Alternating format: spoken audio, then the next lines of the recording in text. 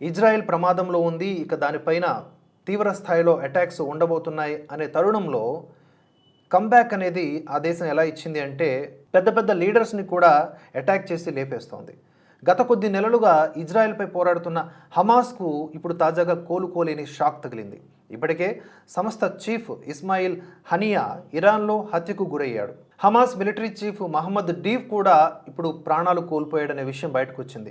గతేడాది అక్టోబర్ 7న ఇజ్రాయెల్పై జరిగినటువంటి మెరుపు దాడులు గుర్తున్నాయి కదా, దాంట్లో ప్రధాన సూత్రధారిగా భావిస్తున్నారు ఈ Hamas military wing chief Mohammed Deif. So ఇతడు కూడా హతమైపోయాడు అని చెప్తూ ఉన్నారు. ఈ మేరకు జూలైలో జరిగిన దాడిలోనే ఈ డెయిఫ్ మరణించినట్లుగా ఇజ్రాయెల్ సైన్యం తాజాగా ధృవీకరించింది.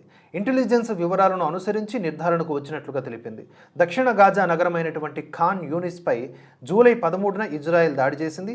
ఆ దాడిలో స్థానికంగా గుడారాల్లో ఉన్నటువంటి పౌరులు సహా 90 మందికి పైగా మరణించినట్లుగా అప్పుడు గాజా ఆరోగ్య శాఖ అధికారులు తెలిపారు. అయితే ఆ దాడిలోనే డెయిఫ్ మరణించాడు అని చెప్పేసి అప్పట్లో ధృవీకరణ రాలేదు. కానీ తాజాగా దీనిపైన ఇజ్రాయెల్ సైన్యం ప్రకటన విడుదల చేసింది. ఈ విషయంపై హమాస్ ఇంకా స్పందించలేదు.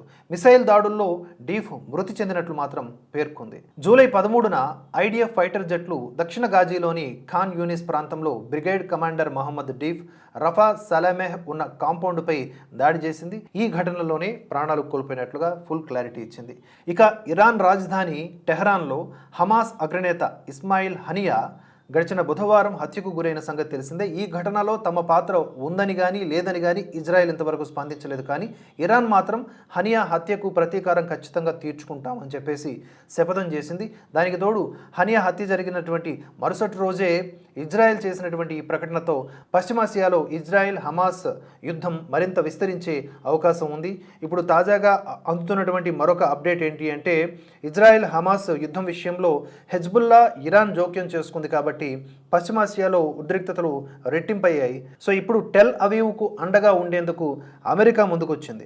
పశ్చిమాసియాకు యుద్ధ నౌకలు, ఫైటర్ జెట్లను పంపిస్తోంది.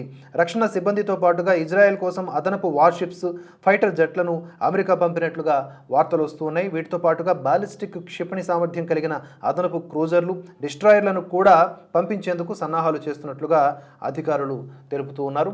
ఇది ఎటు దారి తీస్తుందో చూడాలి.